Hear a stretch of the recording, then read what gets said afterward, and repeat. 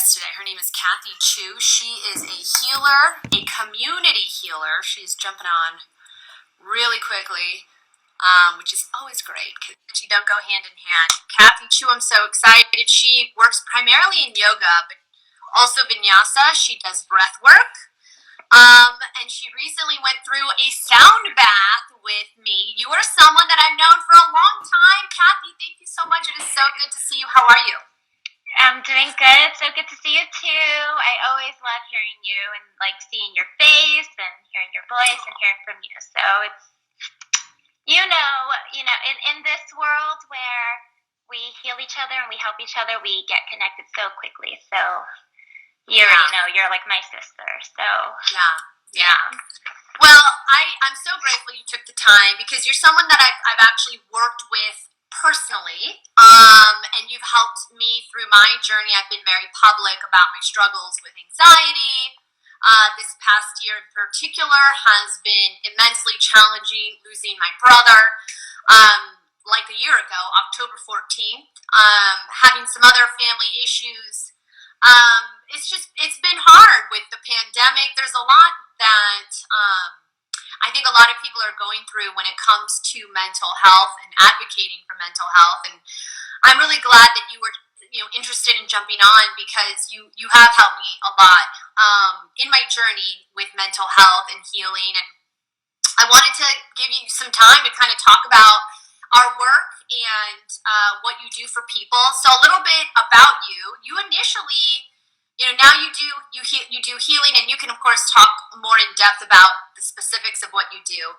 But you actually had a completely different career before you got into this work that you do within the community. So can you say a little bit, because it was a super successful travel agency booking pro sports teams? Yes. Yes, it was. I co-founded a company when I was 21.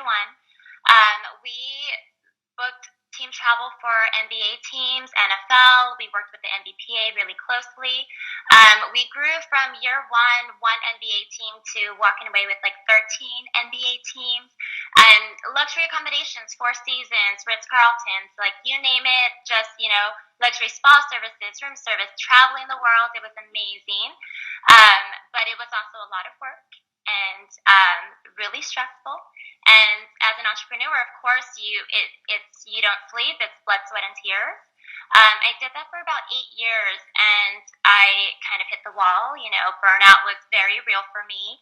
And yoga was my one space that I felt safe, and I had the quietness to kind of connect with myself and reset and recenter. And so that kind of changed my whole trajectory. And going to yoga opened up my heart and my mind to more out there than just luxury and athletes and celebrities. And I mean, I still love it. I love it all. But at the end of the day, it's not the only thing. So it's so funny. I was working with a financial advisor a few years ago before the pandemic, and I thought what was really interesting, she was very successful. She was a female, which I loved even more. And she said, it's okay to like nice things. I like nice things. It's okay to like nice things.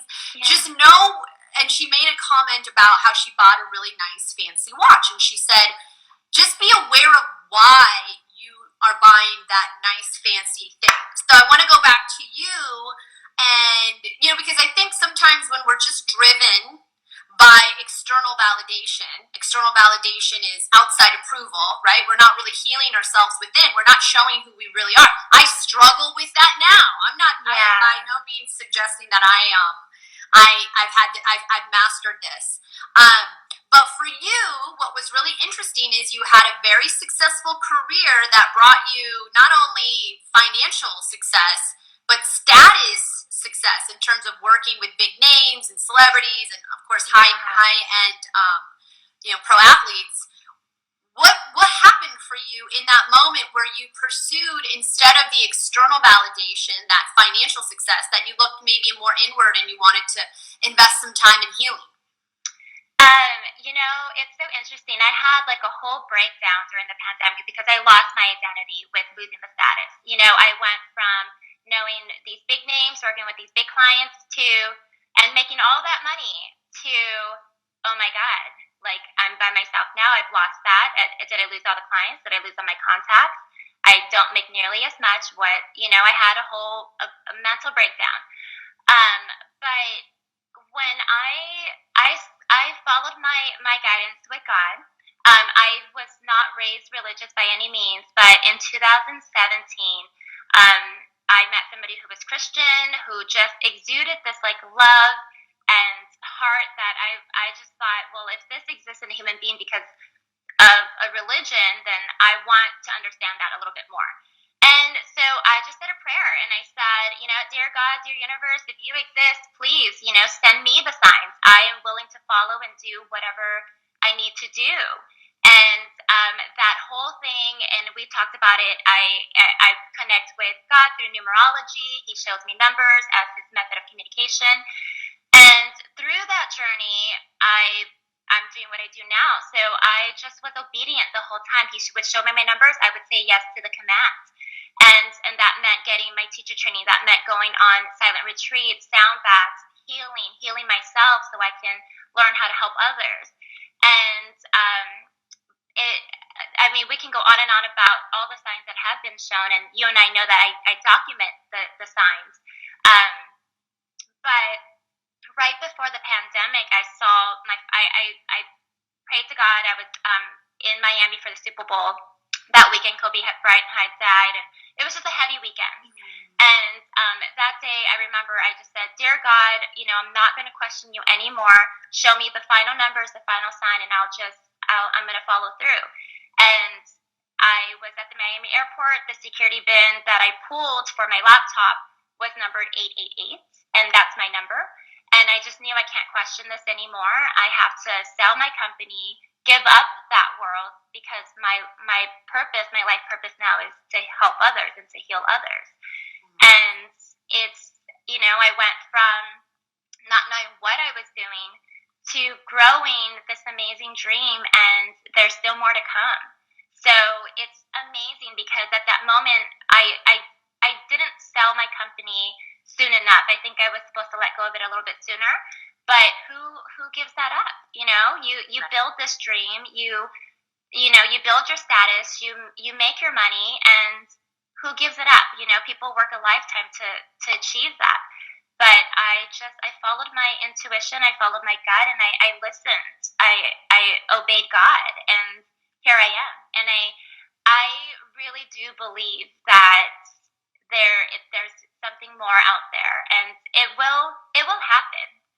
It will happen, and so it'll all make sense when that moment comes. But I love what I do now. Yeah, and you're happy, and that's all that, and you feel fulfilled, and I think that's the greatest purpose in life is when you're actively, generously helping other people with their own struggles. And you've been that for me. You've been someone that I call upon when it's like I'm in a crisis. I'm like, Kathy, we got to schedule a Zoom. And first we started with our virtual Zoom breath work. I mean, and it was, I have to give a shout out to Melissa LaCorte. I don't know if she is on or not, but in fact, it was interesting because I love women supporting women so much. It gives me goosebumps. I was explaining to her kind of a year ago what I was going through, and she said, "Oh my goodness, you need to meet Kathy."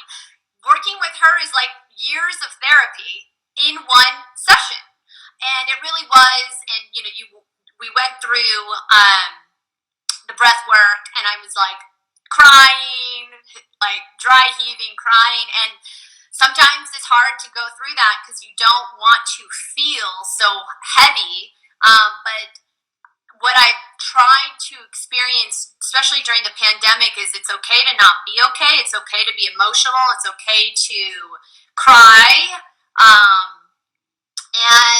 And that's like part of the healing journey. So we only have 10 more minutes. This always flies because I try to keep them not too long for retention purposes. Yeah. But what I do want to get to eventually is your huge goals that you have. But first, let's talk about what exactly it is that you do. Because I've been saying over and over healer, over and over yoga. But what exactly do the people that come see you need help with, and what do you do with them? God, I don't even think there's a definition for what it is that I do. I would say that I'm just a very intuitive healer. So people come to me, and it could be anything. It's like my shoulder hurts, or like I'm dealing with trauma, death, loss, you know, um, issues at home, stress from being a mother, anything, a broken leg, a shoulder impingement. People come to me and they're like, these are my problems, and help me. And I'm like, okay, like sit with me and let's get through it. Um, I'm always like, okay, talk to me, what's going on? From there, if it's like a physical ailment, then we do yoga, we do movement. I'm really alignment based, so just making sure the bones and muscles are stacked in the right places. If it's emotional, then sometimes breath work is the most healing. Sometimes sound baths for deep meditation. And also community, sharing your story, having others listen without judgment is also very healing. But I approach it from just everyone's situation is different. Everyone is different. And so every situation that I come across I treat it so differently, So I don't have a specific method. And it's interesting because even with others, with some people, they might not even know exactly where the pain is or what's going on. And I'll just observe, their bodies for a moment, and then I'll push my finger on a point, and I'm like, do you feel it here? And they're like, ow, like, yes, like, and I just know where it is. And I don't know how I know, most of it, it's like, okay, I know my own body. And so if you know yourself really well, then you can know others really well. But it's a gift, honestly. I did training. Core power yoga. I have a prenatal certification, birth doula certification. So I go out there and I read the books and I do the trainings to learn as much as I can because I want to be the best at what I do. But a lot of it is just intuitive. It's just knowing from myself, what I've been through and what's helped me get through my struggles. And if it helped me, then it can help others. And that's how I feel. And I've been around this world. I've gone to retreats in Costa Rica, all over the world, and I've heard stories that, there's nothing I haven't heard at this point. And this yoga, meditation, therapy, breath work, sounds, it's all very healing, and it can turn the ugliest situation into something so beautiful. And I really do believe that, like, yoga, meditation, community can end wars, can deplete fear and spread love and joy. And I've seen it, and it works.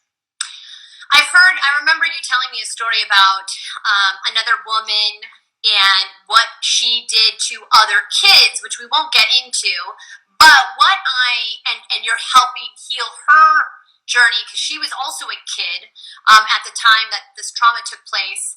But what I feel you are for so many of us is what we didn't get to have when we were kids, which is, parents try to do the best that they can, right? And back then, parents didn't even, know maybe what they know today, which is when we're feeling sad or feeling down or we're crying or we're emotional or we're having tantrums, you're that person that we may not have had when we were young that says, it's okay.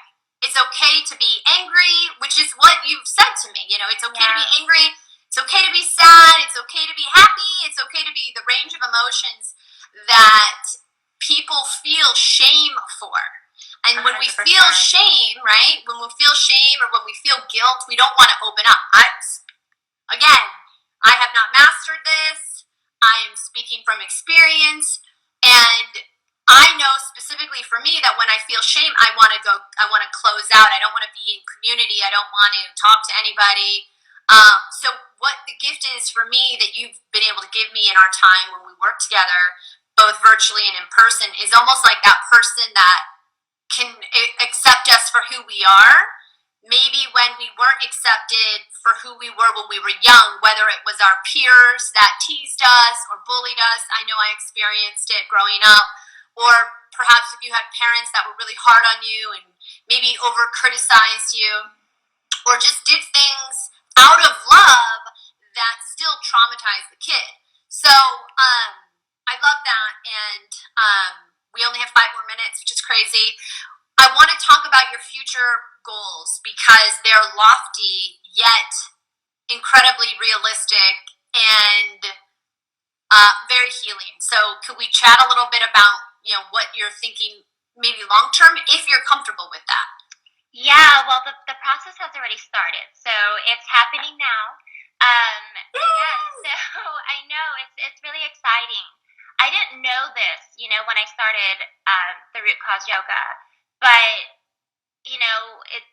a few months ago, I just had this revelation. Like, I'm teaching yoga in the park. I used to run $1 million company. What am I doing? And it's great. I'm here in the community. I'm saving lives, and I'm so happy and joyful, and the community loves me. I'm building a really solid community here where I am, and but it's like I can do more. I can do more, and so I just had this thought to teach a large event with maybe 1,000, 1,500, 2,000 people.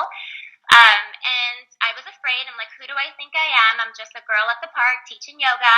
And we have that fear again. We talk ourselves out of these things. Are we good enough to do it?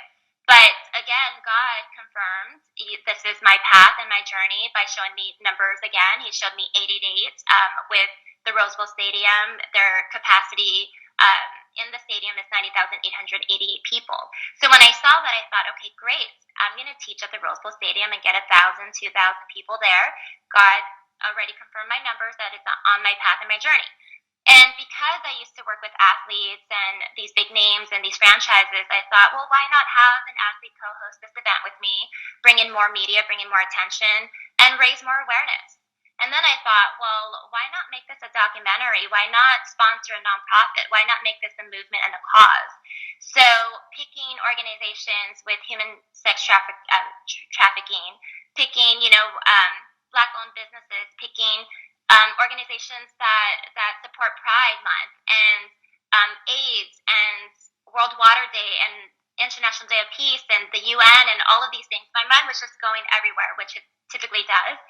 And so I was like, well, why not? We can do this. It makes sense, and our world needs it. We need hope. We need joy. We need love. We need peace.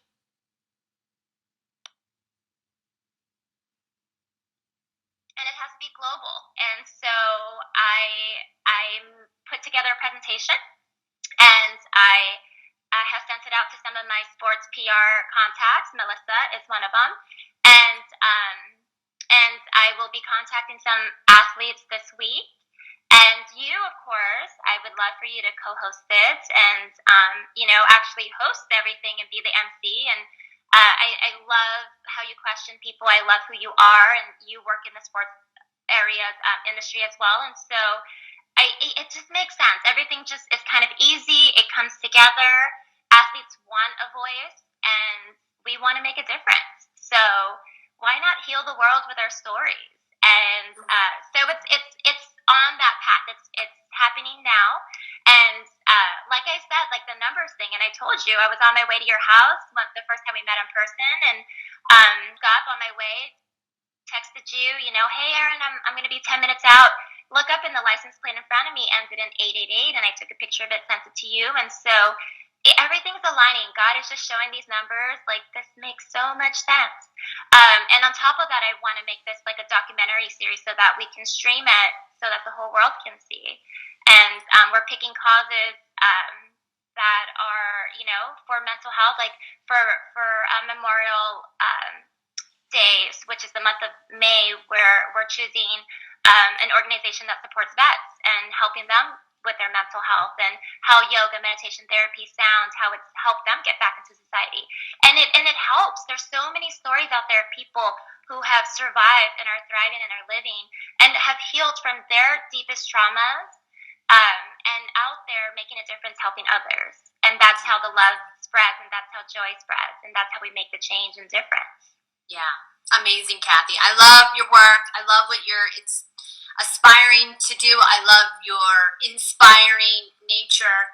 And I think why you're going to be so successful is Because not only are you just genuinely an incredible human and generous with your love and your healing powers, but I think a lot of brands and companies want to actually align themselves with work like this. Work that is rooted in meaning and helping the community rather than profitizing.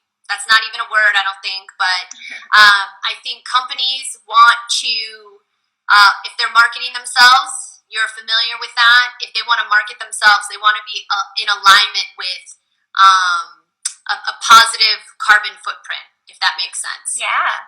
So, I mean, we at this point, that's where our world is headed. It just makes total sense that this is what we need to do to save our environment. And yeah, I mean, in my journey, I'm brave because I'm protected and I have God on my side, but also, fear stems a lot from not having means and resources. I have all of that. So I'm going to be brave, and I don't mind calling people out, and I don't mind calling organizations out, and really, I mean, we should be in this together. So are you here to save humanity, or are you there for, the profit? And and a lot of people who have profit, that's great. I don't, like I said, I like nice things too, but there comes a time where there's so much profit, and what are you doing with, with the resources, and what are you going to do with all that money? And this is just like, you can save lives. And so, yeah, I'm really excited. It's going to happen. So I love that. And you heard it here first. So yeah. I'm so glad we got you on the show. You're someone, like I said, I've personally worked with several times, and you've helped me through a lot of crises within the past 2 years. Even when the pandemic hit, it was really hard for me because everything shut down, and I'm such a busy bee, and I really needed to look inward and realize, wow, I'm getting so much dopamine from my external that I'm really void of loving my own self. So our inner work was incredible. Kathy, you are incredible. I just love seeing your face, hearing your voice, everything about you. And I cannot wait to continue to partner with you on your global incentive to heal the world. So I love you. Thank you so much. Thank you for the time. Thank you. I will see you very soon. Yeah. Bye. Bye, friend. Bye. Love you. Love you.